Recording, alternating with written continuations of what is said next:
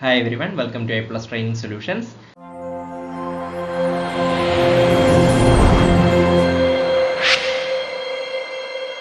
എല്ലാവരും സുഖമായിട്ടിരിക്കുന്നു വിശ്വസിക്കുന്നു. സോ നമ്മൾ ഡിസംബർ സെഷനിലെ UGC നെറ്റ് സോഷ്യോളജിയുടെ ഡിസംബർ സെഷനിലെ PYQs ആണ് നമ്മൾ ഡിസ്കസ് ചെയ്യുന്നത്. അതിൻ്റെ ആൻസേഴ്സും എക്സ്പ്ലനേഷൻസും ഒക്കെയാണ്.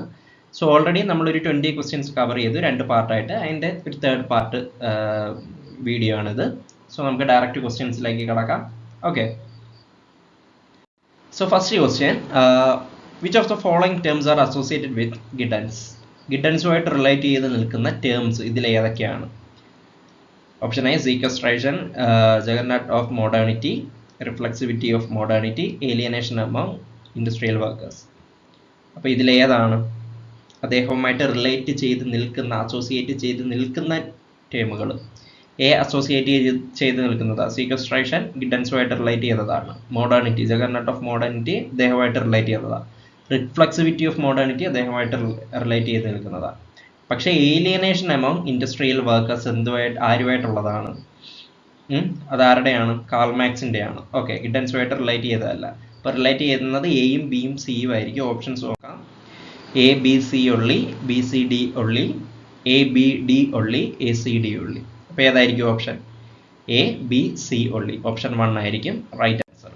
ഓക്കെ, സോ ഈ ഒരു ഇതിനകത്ത് പറയുന്ന ഒരു സീക്വസ്ട്രേഷൻ എന്ന് പറയുന്നത് അത് കൊണ്ട് ഉദ്ദേശിക്കുന്നത് എന്താണ്? Sequestration means hiding away disturbing aspects of life from everyday social life. നമ്മളുടെ എവറിഡേ സോഷ്യൽ ലൈഫിൽ നിന്ന് നമ്മൾ ഡിസ്റ്റർബിങ് ആയിട്ടുള്ള ആസ്പെക്ട്സ് ഓഫ് ലൈഫ് ഉണ്ടല്ലോ, നമ്മളുടെ ഡെത്ത്, ഇൽനെസ്, ഇങ്ങനെയുള്ള കാര്യം, ഇതിൽ നിന്നൊക്കെ ഒളിക്കുന്ന ഒരു കാര്യത്തിനാണ് നമ്മൾ സീക്വസ്ട്രേഷൻ എന്ന് പറയുന്നത്.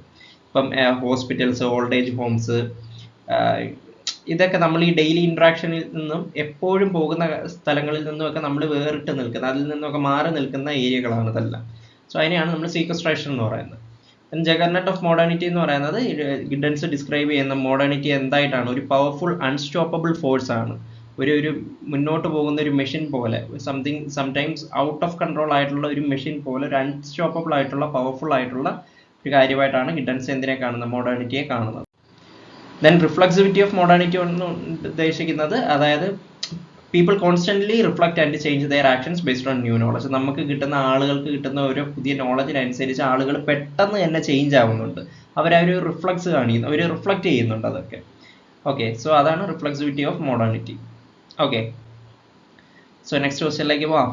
Okay, within India's rural social structure joint family functions as. അപ്പം നമ്മളുടെ ഇന്ത്യയിലെ റൂറൽ സോഷ്യൽ സ്ട്രക്ചർ അനുസരിച്ച് ജോയിന്റ് ഫാമിലി എന്തായിട്ടൊക്കെയാണ് ഫങ്ഷൻ ചെയ്യുന്നത്?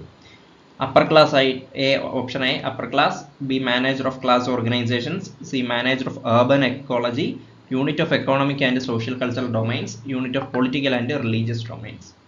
ഏതായിട്ടൊക്കെയാണ്? അപ്പർ ക്ലാസ് ആയിട്ടാണോ? അല്ല. മാനേജർ ഓഫ് ക്ലാസ് ഓർഗനൈസേഷൻസ് ആയിട്ടാണോ? നമ്മളുടെ സൊസൈറ്റിയിൽ റൂറൽ സോഷ്യൽ സ്ട്രക്ചറിൽ ജോയിന്റ് ഫാമിലി? അല്ല. മാനേജർ ഓഫ് അർബൻ എക്കോളജി ആയിട്ടാണോ? അല്ല. Unit of economic and social cultural domains ശരിയാണ് അല്ലേ? ജോയിന്റ് ഫാമിലി എന്തായിട്ട് ഫങ്ഷൻ ചെയ്യുന്നുണ്ട്? ഒരു unit of economic and social cultural domain ആയിട്ട് ഫങ്ഷൻ ചെയ്യുന്നുണ്ട്. Unit of political and religious domain ശരിയാണ്. അതിൻ്റെ ഒരു യൂണിറ്റ് ആയിട്ട് എന്ത് പ്രവർത്തിക്കുന്നുണ്ട്? ജോയിന്റ് ഫാമിലി പ്രവർത്തിക്കുന്നുണ്ട്. സോ എൻ്റെ ഓപ്ഷൻസ് നോക്കിക്കഴിഞ്ഞാൽ ഡി ആൻഡ് ഡി.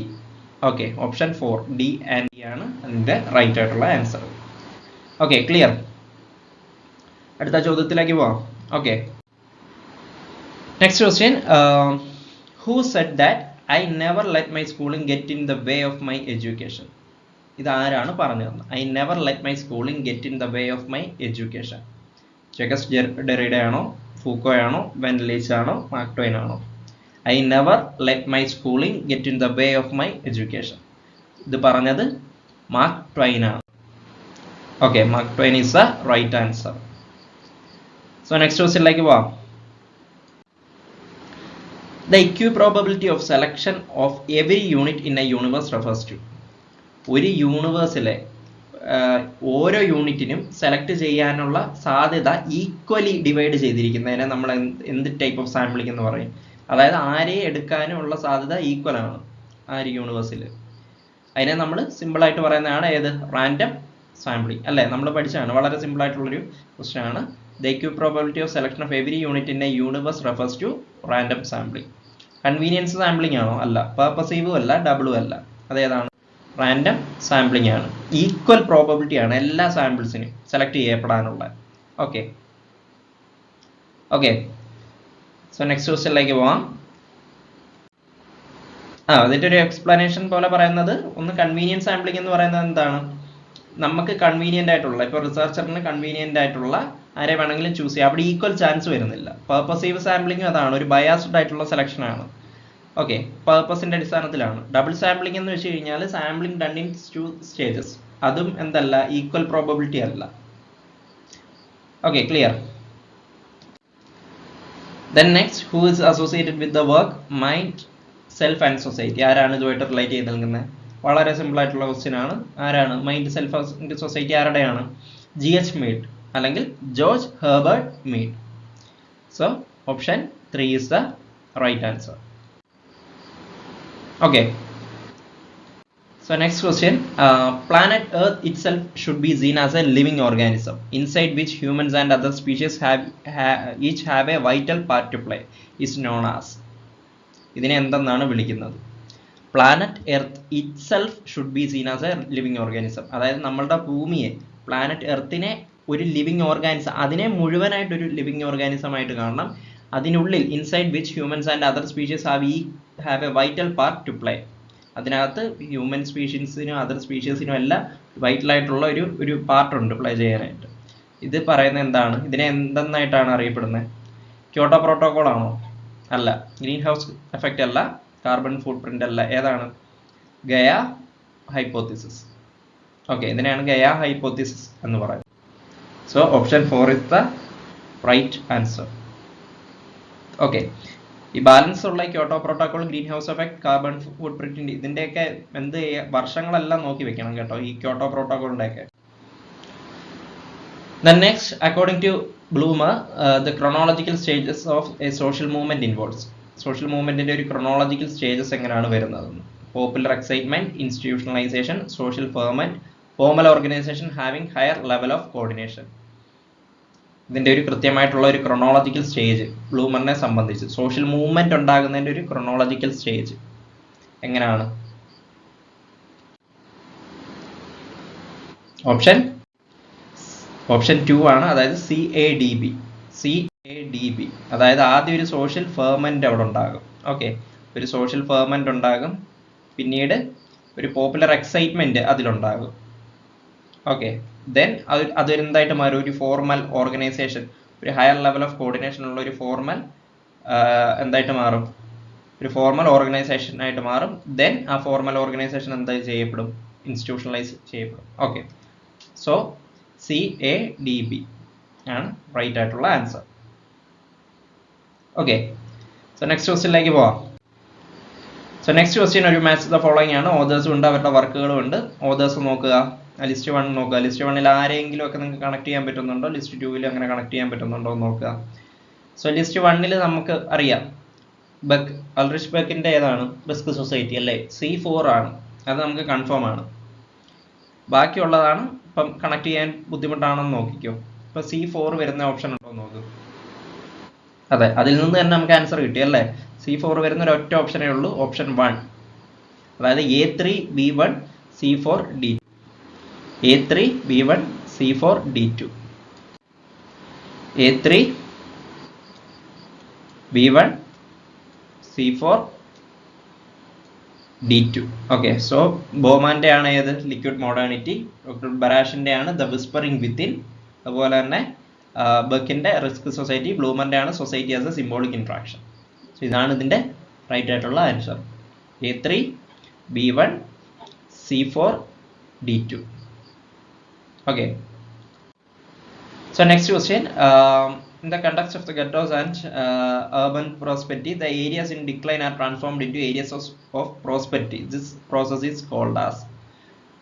Okay, അപ്പോൾ ഡിക്ലൈൻ ആയിക്കൊണ്ടിരിക്കുന്ന ഏരിയാസിനെ എന്താണ്? ഏരിയാസ് ഓഫ് പ്രോസ്പെരിറ്റി ആയിട്ട് ട്രാൻസ്ഫോം ചെയ്യുന്ന ഈ ഒരു പ്രോസസ്സിനെ വിളിക്കുന്ന പേരാണ് എന്താണ് നമ്മൾ വിളിക്കുന്നത്?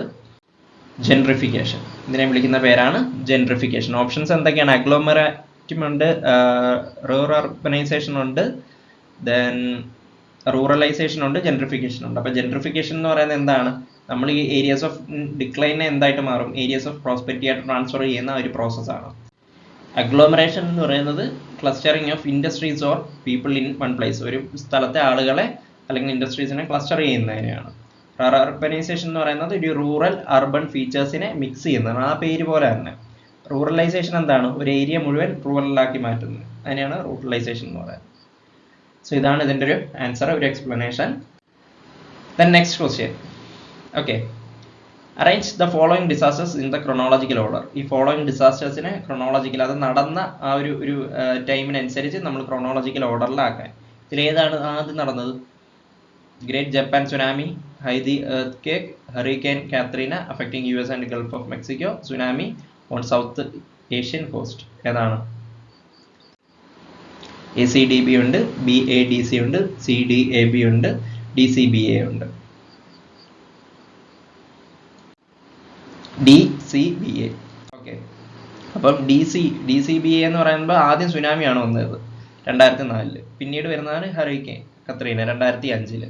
പിന്നെ വരുന്നത് ഹൈതി എർത്ത് കേക്ക് 2010. ആൻഡ് ലാസ്റ്റ് ആണ് ജപ്പാൻ സുനാമി 2011 വന്നത്. ഈ വർഷങ്ങളും കൂടെ നിങ്ങളൊന്ന് നോട്ട് ചെയ്യുക. ഓക്കെ, അതും ഇമ്പോർട്ടൻ്റ് ആണ്. ചിലപ്പോൾ വർഷത്തിൻ്റെ ബേസ് ചെയ്തായിരിക്കും നിങ്ങൾക്ക് ക്വസ്റ്റ്യൻസ് ചോദിക്കുന്നത്. ഓക്കെ, സോ ഇത്രയുമാണ് നമുക്ക് ഈ ഒരു പാർട്ടിൽ നോക്കാനുള്ളത്. 10 ക്വസ്റ്റ്യൻസ് ആയി. സോ നമ്മൾ ടോട്ടൽ ഒരു 30 ക്വസ്റ്റ്യൻസ് കവർ ചെയ്തു. സോ നിങ്ങൾക്ക് എല്ലാവർക്കും ഇത് മനസ്സിലായെന്ന് വിശ്വസിക്കുന്നു. Thank you.